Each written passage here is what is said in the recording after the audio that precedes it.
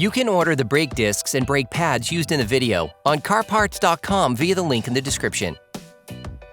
Turn off your vehicle's ignition. Set the parking brake.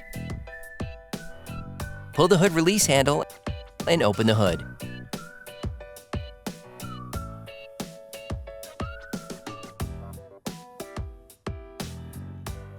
Open the brake fluid reservoir.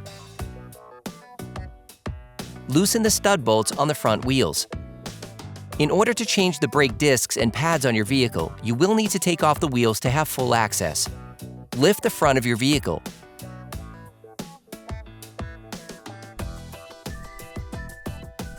Place the vehicle on the jack stands. We strongly suggest watching our video on how to jack your Nissan Altima safely before carrying out this step. Don't forget to put the wheels under the vehicle. Turn the disc outwards. This will facilitate the following steps. Insert a flathead screwdriver into the opening of the brake caliper. Lift it off using the screwdriver as a lever by pulling it towards you. This will cause the piston to retract so that the caliper can be removed more easily for the next steps. As the piston enters the brake caliper, brake fluid will flow back into the brake fluid reservoir. Depending on the original level of the reservoir, make sure that the liquid does not overflow. With a socket wrench and a 14mm socket, unscrew the lower slide pin. Sometimes you have to keep the lock nut from turning by holding it with your fingers or a 19mm wrench. Repeat this process with the upper slide pin. Finish unscrewing by hand. Tip: attach a piece of electrical cable or a hook to one of the strut spring coils. You can now remove the brake caliper and hang it on the previously installed hook. Remove the brake pads by prying them out with a flathead screwdriver.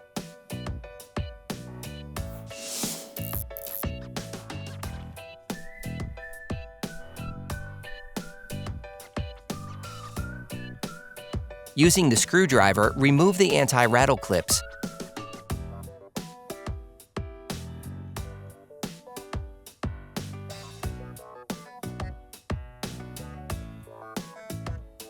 Hey, it's Alex from CarParts.com. If you enjoy this video and want to support us, like, comment, and subscribe. Okay, back to work. Using a socket wrench and a 22mm socket, unscrew the two holding screws on the caliper mount. Depending on the state of the nuts on the caliper mount, it may be necessary to use a hammer to loosen them.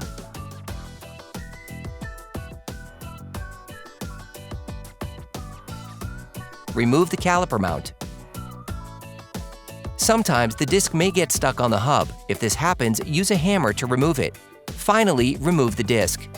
Clean the wheel hub with a wire brush.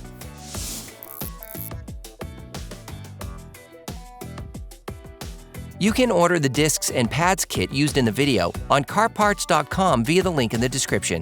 Before installing the new disc, it is vital to clean it using brake cleaner and paper towels to take off the storage paraffin.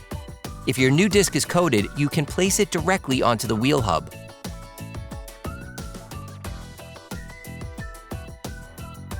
Put the new brake disc in place. If you want to know which parts and tools we use in this video, just check the description and you'll find everything you need. Using a wire brush, clean the caliper mount to remove any excess rust that could prevent the pads from sliding.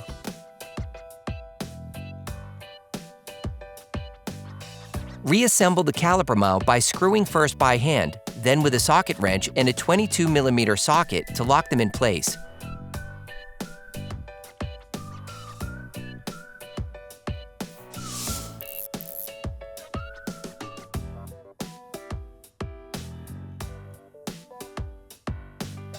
Finish tightening using a torque wrench.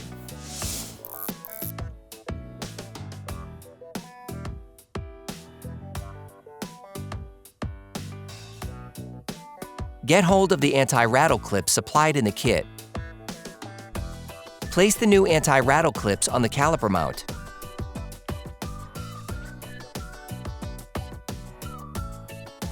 Grab the new pads and lightly coat the ends with copper grease to help them slide more easily.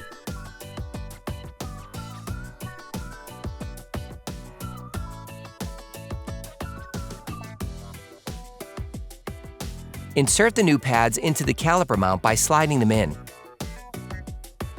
Pay close attention to the position of the pad pressure springs and how they fit into the anti-rattle clips. You need to check the sliding of the brake caliper slide pins and the condition of the caliper slide pin boots. If they look worn, you are advised to replace them with new ones. For great content, our best price, and fast shipping, download the CarParts.com app now. Grab the brake caliper. Put the brake caliper back in place and screw in the slide pins by hand at first.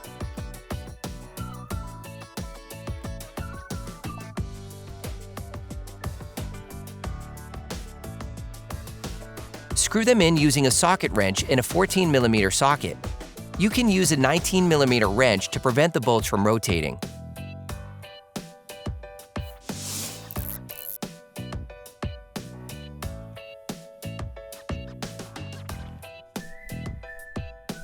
Finish tightening using a torque wrench.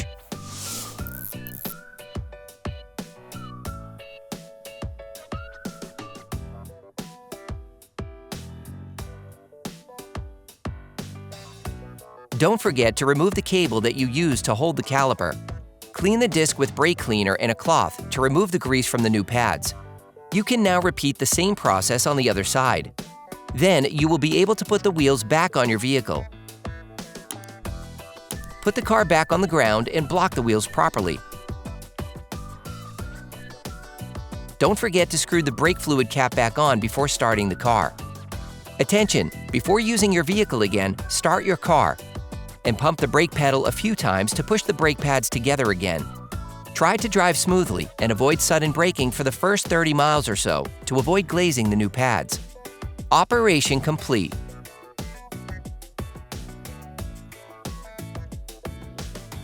Quality parts, priced right, CarParts.com.